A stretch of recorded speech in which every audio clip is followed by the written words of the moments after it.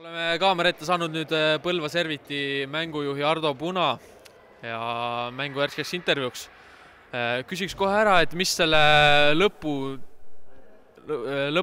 teie jaoks võiduks tõi, et mis see põhiline argument oli täna?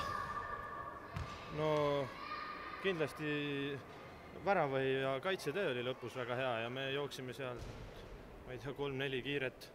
Sellepärast see vahe nagu lõpus kasvas.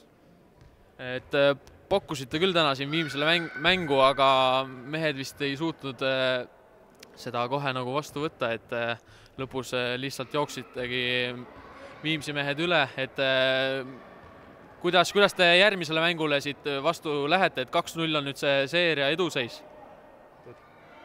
No, muidugi nagu positiivne, et me suutsime võõrsil mängu võita. Aga iga mäng on uus päev, nagu iga mäng on nagu uus mäng, et ei tea, mis tuleb.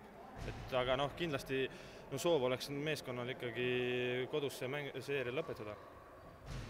Aga suur aitäh sulle ja edu järgmiseks mänguks teile!